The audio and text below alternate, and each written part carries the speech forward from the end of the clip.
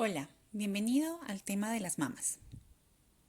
La glándula mamaria es un órgano exclusivo de la clase Mammalia, con su función específica de sintetizar, secretar y proporcionar leche al recién nacido según su demanda para garantizar una nutrición, protección y desarrollo óptimo.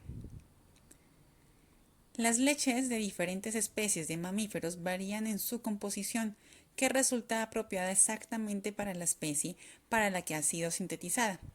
En los seres humanos, el ciclo de vida de la glándula mamaria femenina se caracteriza por modificaciones drásticas en su composición, arquitectura y funcionalidad, medidas por cambios marcados en la expresión genética y que definen las etapas fisiológicas del desarrollo. Las etapas claves del desarrollo mamario incluyen el crecimiento fetal, el crecimiento infantil, prepuberal, la expansión puberal, la remodelación asociada del embarazo y lactancia y la involución post-lactancia y postmenopáusica. El desarrollo de la mama durante la vida de la mujer se caracteriza por distintas fases. Comienza por la formación de la cresta mamaria y posteriormente las yemas mamarias. Estas son primitivas durante la vida embrionaria. Continúa con un crecimiento mínimo durante la infancia y sigue con una fase de rápido crecimiento durante la pubertad en la mujer.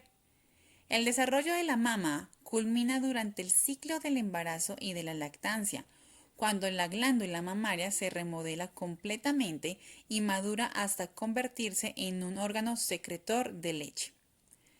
La regresión del crecimiento inducido por el ciclo del embarazo y la lactancia comienza a iniciarse la alimentación complementaria del lactante y termina cuando la mama ha involucionado al estado de reposo. Sorprendentemente, el crecimiento mamario inducido por el embarazo y la lactancia y la subsecuente involución pueden repetirse con cada embarazo que viva una mujer durante toda su vida reproductiva. El ciclo finaliza con una nueva fase de involución después de la menopausia. El desarrollo pleno de la mama durante la lactancia es esencial para poder proporcionar el volumen y la composición adecuada para la leche materna durante el crecimiento, protección y desarrollo del lactante. Además, se ha demostrado que este ciclo del embarazo y la lactancia protege contra el desarrollo de cáncer de mama a lo largo de toda la vida, especialmente cuando se produce antes de los 30 años de edad y con un intervalo de menos de 14 años entre la menarquia y el primer embarazo. La multiparidad aumenta ligeramente la protección, aunque el efecto no es tan grande como el del primer embarazo. Todo lo anterior quiere decir claramente que el embarazo y la lactancia inducen cambios permanentes en la mama, que ejercen un efecto protector contra patologías mamarias malignas, aunque todavía no se conoce por completo que se pueda producir dicho efecto. El desarrollo embrionario de la mama se inicia antes de la sexta semana de gestación a partir de un engrosamiento del reborde ectodérmico, que se extiende desde la ingle hasta la axila en la superficie anterior del embrión, hablando de la línea mamaria. Todo el reborde, excepto la región pectoral de la segunda a la sexta costilla, remite para formar la glándula mamaria. Un 2 al 6% de las mujeres pueden desarrollar glándulas supernumerarias, bien en forma de glándulas mamarias o pezones accesorios, en cualquier punto del reborde ectodérmico. Entre las semanas 7 y 8 de gestación, donde el embrión mide entre 10 y 11 milímetros, el parénquima mamario invade el estroma y forma una elevación que se denomina cresta mamaria. Una membrana basal separa del mesodermo subyacente las células ectodérmicas que lo infiltran. Entre las 10 y 12 semanas de gestación, cuando el embrión mide de 30 a 68 milímetros aproximadamente, se forman las yemas epiteliales mamarias, una fase que marca el inicio de patrones de diferenciación clara. En esta fase se pueden observar sutiles diferencias entre el género, como la forma de la yema, ovoide en el embrión femenino y esférica en el embrión masculino, así como un menor volumen de la yema en el embrión femenino. La musculatura lisa de la areola y el pezón se forman entre la semana 12 y 16. El aspecto de las yemas mamarias no cambia significativamente hasta la semana 13 a la 20, cuando se forma una depresión en su superficie y la proliferación de distintas poblaciones de células progenitoras epiteliales llegan a provocar la formación y ramificación de las yemas secundarias.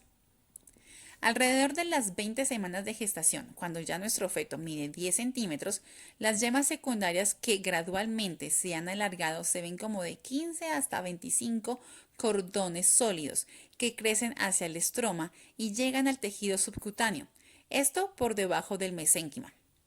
Para las 32 semanas de gestación, la ramificación y canalización de los cordones provoca la formación de monocapas de conductos mamarios, como también lo conocemos como galactóforos. El grado de desarrollo mamario en el momento del nacimiento varía desde túbulos simples a conductos ramificados. Sin embargo, no se han observado relaciones entre el estado de desarrollo de las mamas en el momento del nacimiento y su potencial para expandirse y madurar hasta el estado funcional durante toda la vida. La formación del sistema vascular mamario comienza a las 7 semanas, cuando las células mesenquimales se diferencian en eritroblastos y vasos sanguíneos primitivos. A esto se le sigue la aparición de pequeños capilares entre la semana 9 y 10 y la posterior formación de una red vascular concéntrica a las 12 a 13 semanas de gestación. El desarrollo del sistema vascular se completa en la semana 16, cuando circula sangre a la piel y los tejidos secretor, adiposo y conjuntivo de la glándula. En las últimas 8 semanas de gestación, va a aumentar la densidad del estroma periductal, junto con un desarrollo lóbulo alveolar limitado. Los conductos se abren hacia la zona del pezón a las 32 semanas de gestación. También se produce la pigmentación de la piel alrededor del pezón y el desarrollo de las glándulas de Montgomery. Se cree que el tejido adiposo de la glándula mamaria, considerado esencialmente para medir el posterior crecimiento del parénquima mamario mediante cascadas de señalización. Esto está formado por tejido conjuntivo especializado del mesénquima subcutáneo, más profundo que ha podido tener capacidad de formar fibras. Se cree que la hormona del crecimiento tiene un papel bien importante en el desarrollo y la expansión epitelial mamaria durante la vida fetal y adulta, según se ha demostrado en estudios con ratones. Curiosamente, las hormonas lactogénicas que proceden de la madre y están presentes en la circulación fetal en el momento del nacimiento pueden causar la producción de pequeñas cantidades de calostro que pueden salir de las glándulas mamarias del recién nacido poco después del parto. La regresión de la glándula mamaria del lactante se produce normalmente de forma espontánea en las primeras 4 semanas postparto, coincidiendo con la disminución de los niveles de prolactina del lactante. La mama adulta está compuesta por 3 estructuras básicas: la piel, la grasa subcutánea y el tejido mamario, con parénquima y estroma. La cara anterior o cutánea fuertemente convexa está en relación con la piel. En casi toda su extensión, esta cara se presenta lisa y uniforme, de color blanquecino y cubierta de fino vello. En su parte media se ve una región especial formada por la areola y el pezón. La areola es una región circular de 15 a 25 milímetros de diámetro, situada en la parte más prominente de la mama. Se distingue por su coloración, que es más oscura, asimismo por la presencia en su superficie exterior de pequeñas prominencias, de 12 a 20 por término medio, que se designan con el nombre de tubérculos de Morgagni. Estas elevaciones que dan a la areola un aspecto rugoso se hallan diseminadas en un modo irregular. Estos tubérculos son glándulas sebáceas que presentan un desarrollo particular en cuyo centro de cada una de estas glándulas se encuentra un pelo, casi siempre de pequeñas dimensiones. La areola experimenta modificaciones importantes bajo la acción del embarazo, como cambio de color, aparece otra areola en torno a la areola primitiva, los tubérculos de Morgagni se hacen más voluminosos, entre otras. El pezón. El pezón se levanta como una gruesa papila en el centro de la areola. Se dirige oblicuamente de atrás hacia adelante y un poco de adentro hacia afuera, con aspecto de un cilindro o un cono redondeado en su extremo libre. Exteriormente, el pezón es irregular, rugoso y a veces se presenta como agrietado. Se debe a un aspecto de una multitud de surcos y de papilas que se levantan en su superficie. En su vértice pueden observarse de 12 a 20 orificios que son las desembocaduras de los conductos galactóforos. El pezón y la areola contienen músculo liso eréctil, así como glándulas sebáceas. Los ductos galactóforos. Los ductos tienen orificios que se originan en el pezón.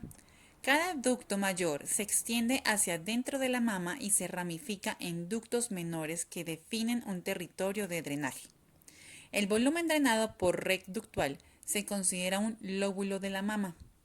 Inmediatamente debajo del pezón existe un segmento dilatado del ducto principal conocido como la porción ampular o seno galactóforo. A partir de este punto, el ducto empieza a armonizarse en ramas segmentarias hasta acabar en lóbulos terminales. Estas unidades secretoras básicas de la mama forman el acini glandular. Las ramas finales de los ductos segmentarios se llaman ductos terminales extralobulares o unidad lobular ductual terminal. El tejido celuloadiposo subcutáneo se divide en la periferia de la glándula en dos hojas, una anterior y otra posterior. En la hoja anterior, muy gruesa en la periferia, es apenas aparente en la areola y ha desaparecido en el pezón. Esta capa está tabicada por tractos conjuntivos que penetran en la glándula. Estas hojas conjuntivas que se desprenden de la cara profunda de la dermis y se insertan en las eminencias glandulares, llamadas crestas fibroglandulares, se denominan ligamentos de Cooper. Por esta capa anterior circulan los vasos y nervios de la glándula. La hoja posterior o capa celuloadiposa retromamaria se continúa por su parte superior con la fascia superficial unida a la aponeurosis del pectoral mayor y al borde anterior de la clavícula por un tejido celular denso llamado ligamento suspensorio. Esta capa descansa en la cara anterior del pectoral mayor y facilita los deslizamientos de la glándula sobre este músculo. La glándula mamaria aparece como una masa blanco-azulada en la mujer joven y grisas amarillenta en la mujer obesa, aplastada de adelante hacia atrás y de contorno circular. El eje mayor es transversal y la mama se extiende al hueco de la axila. Según la localización, la mama ocupa la región anterior o superior de la pared torácica. Se da a la región que ocupa el nombre de la región mamaria. Se extiende en anchura desde el borde del esternón al que invade hasta el hueco de la axila, ocupando el intervalo comprendido entre la tercera y séptima costilla. Profundamente, la región mamaria se detiene en la fascia superficial de la pared torácica anterior, que cubre el pectoral mayor. Viene por ponerse en contacto con la pared interna del hueco de la axila, es decir, con las digitaciones del serrato mayor, cubierto por su aponeurosis. Por encima, la mama está fijada a la dermis por los ligamentos suspensorios de Cooper. Una proyección lateral de la glándula, la denominada cola axilar de Spencer, puede extenderse hacia el interior de la axila. La cara posterior es plana y corresponde a la capa celuloadiposa retromamaria. La cara anterior es convexa y muy accidentada por excavaciones profundas separadas unas de otras por eminencias cortantes llamadas crestas fibroglandulares de Duret, las cuales dan inserción a los ligamentos de Cooper. Además, estas excavaciones abiertas entre las crestas se llenan por los pelotones adiposos de la capa celulosa premamaria. Son las fosas adiposas de Duret. La circunferencia es muy irregular. Presenta incisiones que forman una serie de prolongaciones mamarias que por su dirección se distinguen en superior o clavicular, superoexterna o axilar, inferoexterna o hipocondriaca, inferointerna o epigástrica o interna o external. La irrigación arterial de la mama tiene lugar principalmente a través de las ramas perforantes de la arteria mamaria interna, en sus cuadrantes internos y de las ramas de las arterias intercostales. En menor medida, contribuyen ramas de las arterias tóraco-acromiales, subescapular y toracodorsales en los cuadrantes externos. Las venas forman un sistema superficial en el tejido adiposo subcutáneo, existiendo además un sistema profundo que acompaña a las arterias y se reúnen detrás de la mamila formando el plexo venoso areolar. Este plexo drena en la vena mamaria interna. La inervación de la mama se produce primariamente de ramas cutáneas anteriores y laterales de los nervios intercostales torácicos, como algo de inervación desde el plexo cervical a la porción superior de la mama. El drenaje linfático se hace desde el plexo superficial al plexo profundo y a los ganglios linfáticos axilares y de la cadena mamaria interna, como los ganglios mediastínicos e intercostales. La glándula mamaria presenta particularidades estructurales en los diferentes periodos de su evolución. En su periodo de desarrollo en la pubertad, durante el embarazo, durante la lactancia y durante la menopausia. En su periodo de desarrollo constituye el primer esbozo de la mama, un engrosamiento del ectodermo de forma redondeada que penetra más o menos en el espesor de la dermis. En los estadios siguientes, su porción central se levantará formando una pequeña eminencia cilindroide, que será el pezón. En su parte periférica, que no se eleva y conserva su nivel inicial, constituirá la areola. En la pubertad, cuando se establece la función menstrual, la glándula mamaria es asiento de un trabajo que tiene por objeto perfeccionarla desde el punto de vista estructural y prepararla para el fin que está destinada a desempeñar. Las ramificaciones tubulosas aumentan a la vez en número y dimensiones, al propio tiempo que se multiplican y manifiestan los acinos. El estroma conjuntivo crece a su vez en la proximidad de los acinos y en la periferia de la glándula. Como consecuencia de estas modificaciones histológicas, la mama aumenta mucho de volumen, se vuelve dura, compacta, abollonada al tacto, indicio de constitución lobular. Durante la fase proliferativa del ciclo menstrual, entre el día 3 al 7, existe un aumento del número de mitosis de las células acinares del lóbulo. No se observan secreciones y los lóbulos están definidos por un denso manto celular. Dos tipos celulares distintos aparecen entre los días 8 al 14, que corresponde a la fase folicular, en el acino junto con más colágeno, mientras que disminuye la actividad mitótica. La fase lútea ocurre entre los días 15 y 20 y aparecen tres tipos celulares distintos. Se puede ver vacuolizado en las células del lóbulo y se observan secreciones de los ductos. Durante la fase secretora hay pérdida del estroma en el lóbulo con secreción apócrina a la luz del ducto. Los tejidos del lóbulo se tornan edematosos y hay congestión venosa, lo que provoca algunos de los síntomas premenstruales en muchas mujeres. El embarazo ocasiona en la glándula mamaria modificaciones sobre la constitución anatómica y sobre su funcionamiento. Durante el primer trimestre, la mamá es asiento de una congestión que determina en ella un aumento del volumen y nuevo desarrollo en los elementos secretorios. Los tubos glandulares se alargan y se multiplican. El estroma conjuntivo se reduce entre los acinos a fibrillas. Durante el segundo trimestre, los lóbulos aumentan de tamaño y hay una proliferación generalizada de los acinis loburales, muchos de los cuales contienen material secretado. Este es el periodo calostrógeno, donde brota del pezón una cantidad de líquido claro, amarillento y viscoso llamado calostro. La continuación del aumento del tamaño de los lóbulos durante el tercer trimestre lleva a un reemplazamiento del tejido conectivo intra e interlobular. Hasta que comience la lactancia, solo un secto fibroso fino separa los aumentados lóbulos de secreción distendido. Las células mioepiteliales van a aumentar.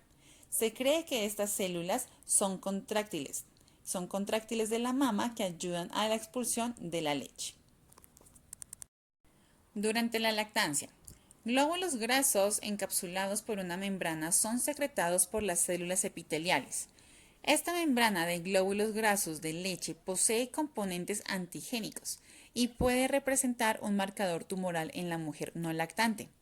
Después del parto, las secreciones de calostro es sustituido por secreción láctea. Esta se caracteriza por modificaciones celulares. El vértice de las células se rompe y sus fragmentos caen a la luz del acino. La base de la célula no se destruye y se regenera la célula y establece el ciclo secretorio. Después de la lactancia, la glándula mamaria sufre un grado de involución. Cesa de producir leche, disminuye de volumen, se vuelve más compacta y dura al tacto. Sus acinos y conductos excretorios vacíos ahora quedan reducidos a cavidades virtuales. Además, la mama sufre cambios involutivos en la edad de la mujer. Durante un largo periodo de tiempo y aparentemente no relacionado con la actividad ovárica, ocurren cambios atróficos, pero el proceso no es uniforme en toda la mama. Las células que tapizan los acinis de los lóbulos disminuyen al igual que los lóbulos. El tejido conectivo en el lóbulo se hace fibrótico. Se forman quistes por las coalescencias de acinis que se fibrosan y se desaparecen. El epitelio ductal también sufre atrofia. La evolución estaría más probablemente asociada con alteraciones hormonales en el periodo de la menopausia, que comienza en la tercera y cuarta década de la vida y ya está avanzada en el momento de la menopausia. De forma progresiva, en la glándula mamaria, los acinos desaparecen y la glándula reducida a simples conductos excretorios, asimismo atrofiados y se reducen de tamaño.